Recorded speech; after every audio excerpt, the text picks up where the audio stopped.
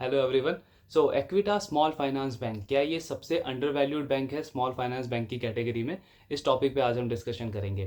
तो जो सबसे बेस्ट पार्ट लगती है मुझे एक्विटास की, वो है इनका R O E and R O A का नंबर।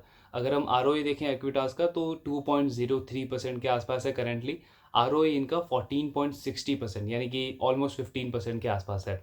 एंड बैंकिंग में यूजुअली ऐसा कहा जाता है कि आर ओ ए अगर किसी बैंक का 2% के आसपास हो और आर उनका 15% के आसपास हो तो वो काफ़ी अच्छा बिजनेस मॉडल है, काफ़ी अच्छा बैंक है। एंड मार्केट भी ऐसे बैंक्स को काफ़ी हाईली वैल्यू देता है, उन्हें प्रीमियम वैल्यूएशन मिलता है कंपेयर टू अदर बैंक्स। इसका सबसे बेस्ट एग्जांपल हम देखें अगर तो वो है H D F C bank. Because अगर हम H D F C bank का लास्ट 10 ईयर का एवरेज प्राइस टू बुक देखें, जो कि हम सिंपली स्क्रीनर डॉट इन पे चेक कर सकते हैं, तो H D F C bank का लास्ट 10 ईयर का एवरेज प्राइस टू बुक जो है वो हमेशा 4.5 के आसपास रहा है। मोस्ट ऑफ द केसेस में वो 5 को भी क्रॉस किया है, बट ऑन एन एवरेज 4.5 के आसपास उनका प्राइस टू बुक रहा है। सिमिलरली कोटक महिंद्रा बैंक ये एक और बैंक है जिसका प्राइस टू बुक पिछले 10 साल में एवरेज जो है वो 5 के आसपास रहा है। कई केसेस में 5.5 इवन 6 को भी इनके प्राइस टू बुक ने क्रॉस किया है, बट ऑन ऑन एवरेज इनका प्राइस टू बुक जो है वो 5 के आसपास रहा है। तो और ये काफ़ी ज़्यादा प्रीमियम वैल्यूएशन मिला इन दोनों ही बैंकों को compare to other banks in the industry, चाहे वो आईसीआईसीआई बैंक हो या एक्सिस बैंक हो या इंडसइंड बैंक हो। इन सबके कंपैरिजन में काफ़ी ज़्यादा प्रीमियम वैल्यूएशन मिला है H D F C bank और कोटक बैंक को। इसका सबसे बड़ा रीज़न है कि इन दोनों ही बैंकों ने ओवर द ईयर्स अपने आर ओ ए और आर ओ ई इन दोनों को 2% और 15% के आसपास मेंटेन रखा है, कंसिस्टेंटली मेंटेन रखा है। चाहे वो डिमोनेटाइजेशन का फेस हो या जीएसटी हो या कोविड हो या आईएलएफएस क्राइसिस हो, हर क्राइसिस में इन्होंने अपने परफॉर्मेंस को, अपनी एफिशिएंसी को मेंटेन करके रखा है। दिस इज़ द रीज़न कि मार्केट इनको इतना ज़्यादा प्रीमियम वैल्यूएशन देता है। आई मीन 10 साल से लगातार इनको प्रीमियम वैल्यूएशन मिला है मार्केट की तरफ से। इनफैक्ट अगर हम कोविड का ड्यूरेशन भी देखें, जहाँ कोविड में ऑलमोस्ट जो बड़ी बड़ी कंपनीज हैं उनमें 50% का करेक्शन आया था। सो उस टाइम में भी अगर आप H D F C bank का प्राइस टू बुक चेक करेंगे तो 2.8 2.9 के आसपास था। एंड कोटक का प्राइस टू बुक जो है वो 3.3 के आसपास था। तो ये एक ट्रस्ट शो करता है मार्केट का कि कितना ज़्यादा मार्केट को ट्रस्ट है इन दोनों की एफिशिएंसी के ऊपर। उसका सिंपली रीज़न यही है कि इन्होंने अपने आर ओ ए और आर ओ ई को 2% एंड 15% पे मेंटेन करके रखा है ओवर द ईयर्स अपने ग्रोथ के साथ में। सो यही सेम चीज़ हमें प्ले आउट होते दिख रही है अभी करंटली एक्विटा स्मॉल फाइनेंस बैंक में। बिकॉज इस बैंक ने कोविड से जस्ट पहले एक क्वार्टर था जिसमें इन्होंने 2% का आर ओ ए अचीव किया था। देन बिकॉज ऑफ कोविड इनके एनपीए के नंबर बढ़े, प्रॉफिट पे बहुत ज़्यादा सीवियर हिट पड़ा।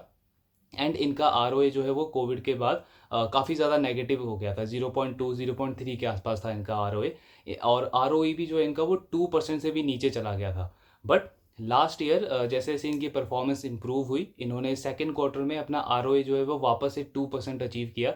एंड अभी तक इन्होंने हर क्वार्टर में अपने आर को 2% से ऊपर मेंटेन करके रखा है। सिमिलरली आर भी जो है वो बैंक का 15% के आसपास है। सो ये चीज़ शो करता है कि कोविड का जो सीवियर हिट था इस बैंक को, उसको इन्होंने काफ़ी अच्छे से मैनेज किया है। एंड अब अपनी एफिशिएंसी को इन्होंने वापस से पुराने लेवल पे अचीव किया है। और इनफैक्ट अगर हम स्टॉक का वैल्यूएशन भी देखें तो सिर्फ 2.2 का इनका प्राइस टू बुक है। अभी आगे जब हम इसका ग्रोथ मॉडल देखेंगे, बिजनेस मॉडल देखेंगे, देन यू वुड नो कि क्यों बहुत ज़्यादा अंडर वैल्यूड लग रहा है ये बैंक स्मॉल फाइनेंस बैंक की कैटेगरी में। सो एक्विटास का अगर हम बिजनेस मॉडल देखें तो थोड़ा सा डिफरेंट है ये जो बाकी के स्मॉल फाइनेंस बैंक अभी तक हमने डिस्कस किए हैं, लाइक उज्जीवन हो या ईसाफ स्मॉल फाइनेंस हो या उत्कर्ष स्मॉल फाइनेंस हो। Because usually small finance banks में क्या होता है कि उनका 80-90% लोन जो है वो अनसिक्योर्ड लोन होता है, वो माइक्रो फाइनेंसिंग ज़्यादा करते हैं। लेकिन एक्विटास के साथ ये बिल्कुल ही अपोजिट है। इनका 80% लोन जो है वो सिक्योर्ड लोन है एंड सिर्फ 19% इनका अनसिक्योर्ड लोन है जो कि माइक्रो फाइनेंस है। सो एक्विटास का ज़्यादातर फोकस जो है वो सिक्योर्ड लोन के ऊपर है। तो इनका जो ज़्यादा बेटर कंपैरिजन होगा वो एयू स्मॉल फाइनेंस बैंक के साथ में होगा। बिकॉज एयू का भी ज़्यादा फोकस सिक्योर्ड लोन्स की तरफ ही रहता है, उनके पास भी 90% से ज़्यादा लोन जो है वो सिक्योर्ड लोन्स है। सो एक्विटास सिक्योर्ड लोन में स्मॉल बिजनेस लोन देता है, व्हीकल फाइनेंस देता है, अफोर्डेबल हाउसिंग फाइनेंस देता है। ये सारे प्रोडक्ट्स हैं जो कि ये सिक्योर्ड लोन्स में करते हैं। इसके अलावा ये माइक्रो फाइनेंसिंग करते हैं जो कि अभी सिर्फ 19% है इनके पूरे लोन बुक का। एंड मैनेजमेंट का ये गाइडेंस है कि आने वाले क्वार्टर्स में भी, आने वाले सालों में भी एक्विटास जो है वो सिर्फ 20% तक ही अपने माइक्रो फाइनेंस को बढ़ाएगा ज़्यादा से ज़्यादा, यानी कि पूरे लोन बुक का सिर्फ 20% ही हिस्सा रहेगा माइक्रो फाइनेंस का, इनका अनसिक्योर्ड लोन पार्ट। बाकी जो 80% है वो सिक्योर्ड लोन्स पे ही फोकस रहेगा एक्विटास का आने वाले सालों में भी गोइंग अहेड। तो ये बहुत ही क्लियर गाइडेंस दी है मैनेजमेंट ने। इससे ये चीज़ शो होती है कि मैनेजमेंट अब काइंड ऑफ डाइवर्सिफाई कर रहा है अपने बिजनेस मॉडल को, रिस्क थोड़ा सा कम ले रहे हैं वो, एंड थोड़ा सा स्टेबिलिटी ला रहे हैं अपने बैलेंस शीट में, अपने बिजनेस मॉडल में। अगर कोविड से पहले की बात करें तो एक्विटास का भी ज़्यादातर फोकस माइक्रो फाइनेंसिंग की तरफ होता था, बट जैसे ये जितने भी क्राइसिस हुए, डीमॉन या जीएसटी का हो या फिर कोविड का क्राइसिस हो, इसके बाद इन्होंने अपने बिजनेस मॉडल को बिल्कुल ही चेंज किया है और सिक्योर्ड लोन्स की तरफ इन्होंने अपना फोकस काफ़ी ज़्यादा बढ़ाया है एंड अनसिक्योर्ड लोन्स को इन्होंने काफ़ी कम प्रोपोर्शन में लाया है। अनसिक्योर्ड लोन 20% अगर इनका रहता भी है तो वो इनके मार्जिन्स को हेल्प करता है, बिकॉज ऑब्वियसली माइक्रो फाइनेंसिंग में आप ज़्यादा इंटरेस्ट रेट चार्ज कर सकते हो, 20-25% तक आप इंटरेस्ट रेट चार्ज कर सकते हैं। सो वहाँ पे एज अ बैंक आपका जो निम है, यानी कि जो नेट इंटरेस्ट मार्जिन है, वो थोड़ा सा स्ट्रेच हो जाता है, वो उसको थोड़ा सा बेनिफिट मिल जाता है। सो ये रीज़न है कि सिक्योर्ड लोन्स पे ये ज़्यादा फोकस करेंगे। अनसिक्योर्ड रहेगा बट सिर्फ 20% तक ही रहेगा एक्विटास का।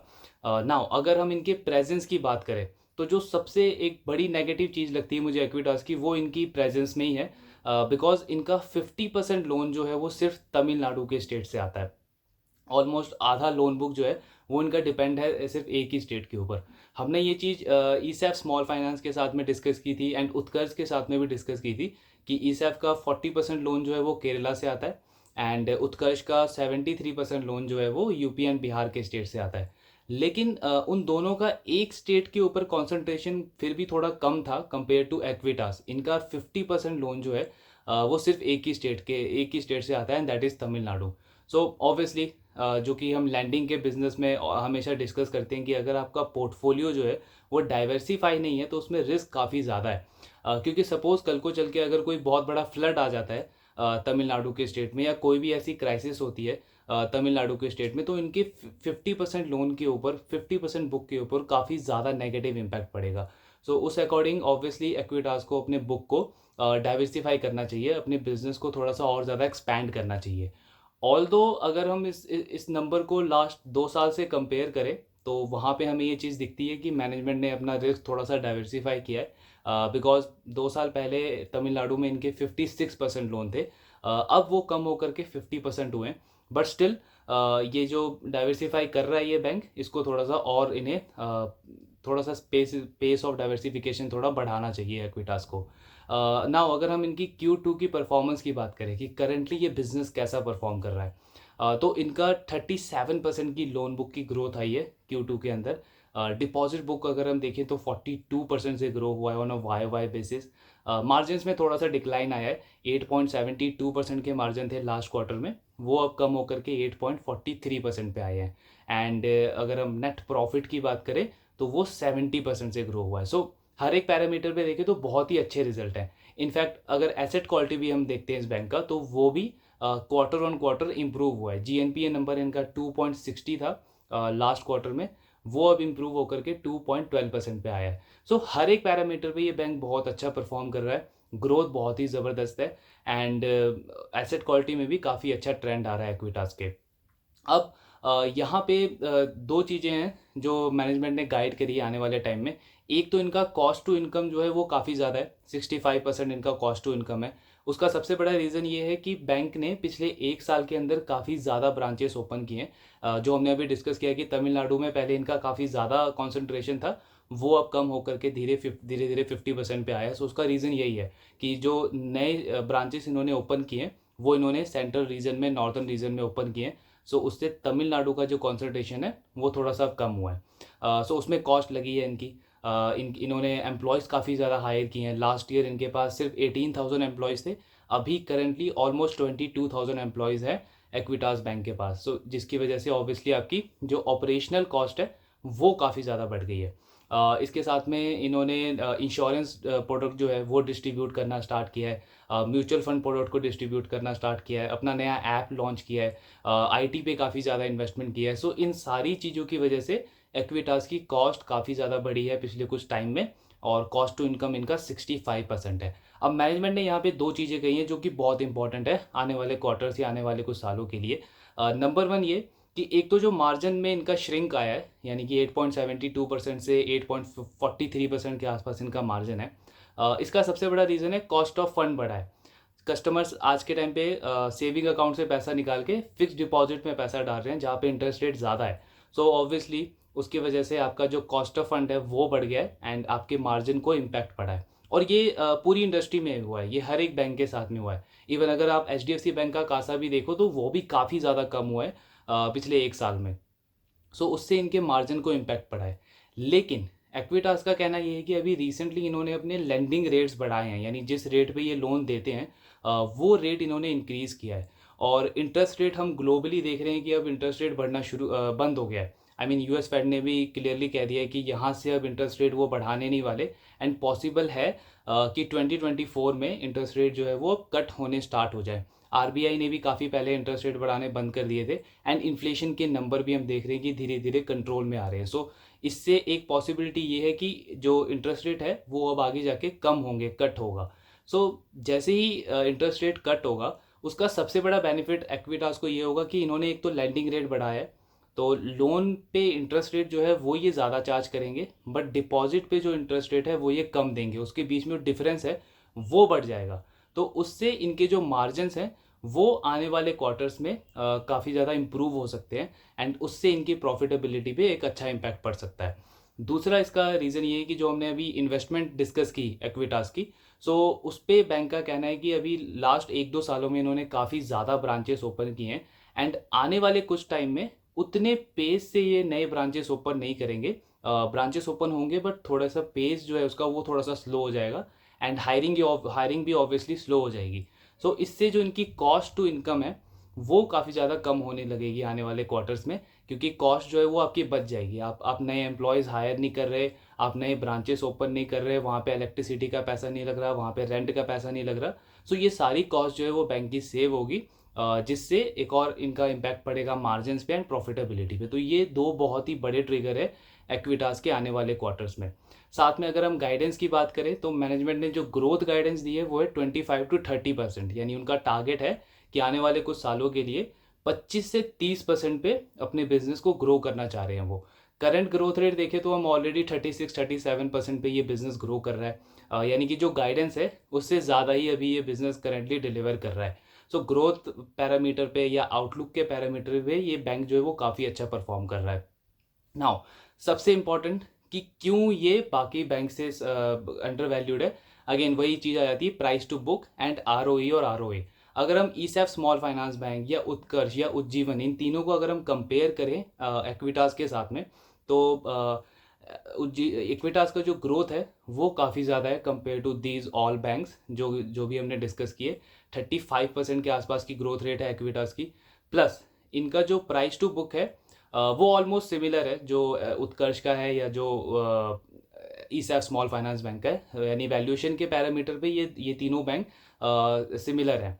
बट जो ROE और ROA है वो वैसे तो ईसैफ और उत्कर्ष का अच्छा है, लेकिन एसेट क्वालिटी के पैरामीटर पे एक्विटास का जो NPA है वो काफ़ी ज़्यादा अच्छा है। उत्कर्ष का GNPA नंबर अभी भी 3% के आसपास है। ईसैफ स्मॉल फाइनेंस बैंक का जो NPA है वो काफ़ी ज़्यादा ख़राब हुआ है, एसेट क्वालिटी उनकी ख़राब हुई है। इस क्वार्टर में ऑलमोस्ट 1% से उनका NPA बढ़ गया है, तो ये बहुत ही नेगेटिव चीज़ है। वीज़ा वी जब हम एक्विटास को देखते हैं तो उनकी एसेट क्वालिटी लगातार इंप्रूव हो रही है, क्वार्टर ऑन क्वार्टर भी एंड ईयर ऑन ईयर भी। So this is the reason कि काफ़ी ज़्यादा सेफ लगता है Equitas compare to these all other small finance banks. दूसरा रीज़न एक और भी है कि जो एक्विटास की बुक है वो सिक्योर्ड बुक है, यानी कि एक्विटास कम रिस्क लेकर ज़्यादा ग्रोथ दिखा रहा है वीज़ा वीज जो उत्कर्ष है या ईसैफ स्मॉल फाइनेंस बैंक है या उज्जीवन स्मॉल फाइनेंस बैंक है। ये इनकी सारी बुक, इनकी 70% 80% लोन बुक जो है वो अनसिक्योर्ड लोन है। तो यानी कि वहाँ पे ये बैंक रिस्क ज़्यादा ले रहे हैं, बट ग्रोथ के पैरामीटर पे या एसेट क्वालिटी के पैरामीटर पे कंपेयर टू एक्विटास थोड़ा सा लैग कर रहे हैं। दूसरा हम कंपैरिजन कर सकते हैं एक्विटास को AU स्मॉल फाइनेंस बैंक के साथ में। तो AU स्मॉल फाइनेंस बैंक के साथ में प्रॉब्लम क्या है कि ग्रोथ तो उनकी 30% के आसपास आ रही है, ग्रोथ पैरामीटर तो ठीक है, लेकिन उनका ROA और ROE नंबर लगातार कम होता जा रहा है पिछले 3-4 क्वार्टर से। ROE उनका एक टाइम पे 18-19% था, जो कि अब कम होकर के 13% के आसपास है। सिमिलरली आरओई उनका 1.7% के आसपास है। दूसरा, उनका एसेट क्वालिटी ख़राब हो रही है, उनके भी एनपीए के नंबर बढ़ रहे हैं। एंड तीसरा जो सबसे बड़ा नेगेटिव पॉइंट है एयू का, वो है उसका वैल्यूएशन। यानी कि इतने खराब फंडामेंटल के साथ में भी एयू बैंक का जो प्राइस टू बुक है वो है 5 के प्राइस टू बुक के आसपास वो स्टॉक अभी ट्रेड कर रहा है। So as a retail investor अगर हम इस डील को देखें तो एक्विटास हमें एक अच्छे फंडामेंटल के साथ में, एक अच्छी ग्रोथ के साथ में ऑलमोस्ट 50% डिस्काउंट पे मिल रहा है compare to AU bank, because AU bank का जो प्राइस टू बुक है वो है 5 एंड एक्विटास का जो प्राइस टू बुक है वो 2.2 2.3 के आसपास। सो ये जो बहुत बड़ा डिफरेंस है, डबल का डिफरेंस है इन दोनों की बैंक की वैल्यूएशन में। बट पैरामीटर पे देखें तो एक्विटास अभी कई पैरामीटर पे अच्छा परफॉर्म कर रहा है compare to AU bank. Again, no buy sell recommendation कि आप एक्विटास ले लो या एयू बेच दो, but we are just discussing कि एज ए रिटेल इन्वेस्टर हमें कैसे बिजनेसेस को देखना चाहिए, कैसे बिजनेसेस को कंपेयर करना चाहिए, एनालाइज करना चाहिए before coming to a decision. Because suppose आपके पास अगर 5 बिजनेसेस हैं तो आप उसे इसी तरीके से कंपेयर करेंगे कि कौन सा बिजनेस जो है वो हर एक पैरामीटर पे एक अच्छी डील मेरे लिए ऑफर कर रहा है। बिकॉज एक दो पैरामीटर पे हो सकता है कोई और बिजनेस अच्छा करे, लेकिन हमें सारे पैरामीटर को एक साथ देखना है। सो वहाँ पे ऑब्वियसली एक्विटास अभी करंटली बहुत ही अच्छा परफॉर्म कर रहा है एंड वैल्यूएशन वाइज भी काफ़ी ज़्यादा अंडर वैल्यू लग रहा है कंपेयर टू अदर बैंक्स। सो ये ओवरऑल एनालिसिस था एक्विटास के ऊपर। Please do let me know in the comment box अगर आपको कोई भी डाउट हो। Thank you very much.